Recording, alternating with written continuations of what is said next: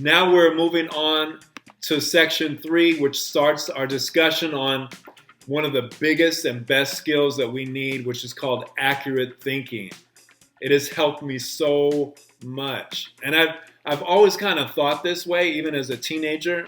When I started high school, I went to a high school in Garden Grove, California. It was about 2,200 students. I knew one person when I started there, my freshman year, my 9th grade year, I knew one person. And I walked out of there 4 years later with a bunch of friends, with a bunch of good experiences. And it was just, I'm not looking back on high school like it was a high point in my life like that. You know what I'm saying?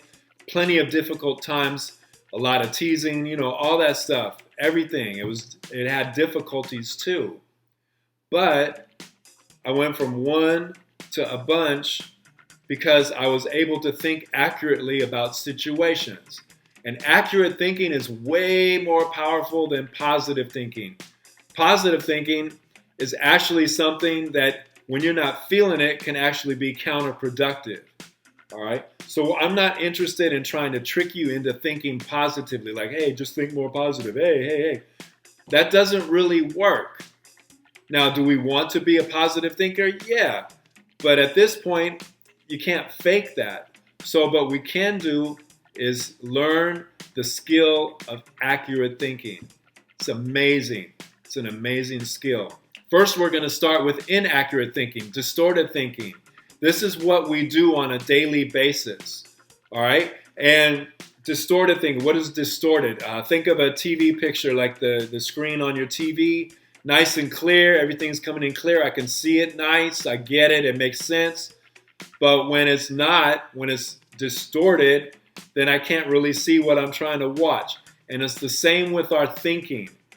When we're thinking in a distorted fashion, then we're not thinking clearly and it messes us up and we make terrible decisions. So these are the things that we do when we're distorted in our thinking. We focus on the negatives. And it's a trip. This is the normal function of our brain. Think about how we wake up. We wake up in the morning thinking about stuff to worry about, focusing on the past, thinking of negative experiences. And that's a wreck. That's a normal function of our brain. Why? Because our brain's job is to keep us alive. So back in the day, I'm living in a cave. I walk out of my cave in a really happy mood and I get eaten because I'm not thinking. I'm not worried about what could happen. So the humans at that point who thought negatively and were worried about stuff, I keep looking inside of like I'm looking for something to eat me. That's funny. But the humans that thought that way stayed alive. And so that just became a natural default way of thinking. Right? And we have not evolved to that point. Past that point. So that's a wreck, that's our normal way, but that's what we do. We focus on the negatives. And what you focus on, that's what you see. It's called a reticular activating system. All right? It's the law of focus. So the second thing is a result of that. We don't acknowledge the positives.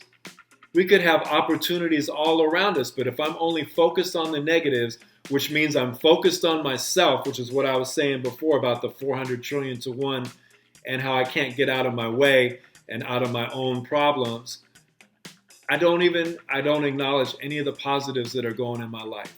And we're going to work on that as the class progresses.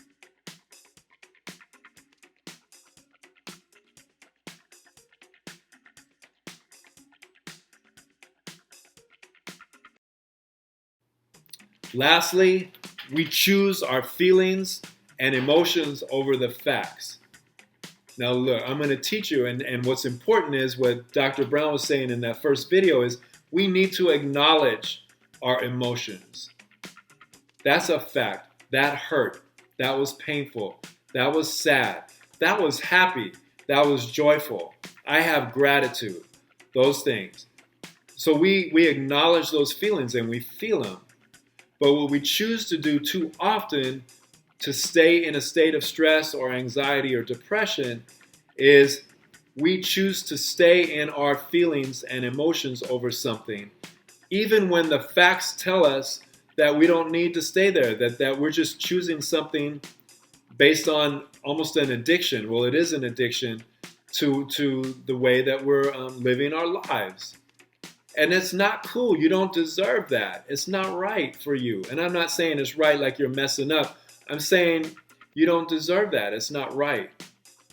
You deserve more. And the truth be told, because each of us are a miracle, that we're all 400 trillion to one, that means that we all have an innate gift, something that we have within us that needs to come out. And when it comes out, it makes the world a better place. When we keep it to ourselves, then the world is missing out. I'm missing out. You're going to see later how we're connected. We are. And how you're connected to yourself. These are the questions that I want you to answer after I'm done playing the video. How can you, in the face of really negative experiences, find your power? All right. Family doesn't necessarily mean biological family. It's time to build a squad. We have people around us that want to be on our squad. Write in a journal each day about that stuff. We're going to come back to this. Do not isolate yourself. Remember, shame only grows in silence and judgment. All right. So, and then number 5, make changes. Just little ones. Just little ones. I'm going to wake up on time.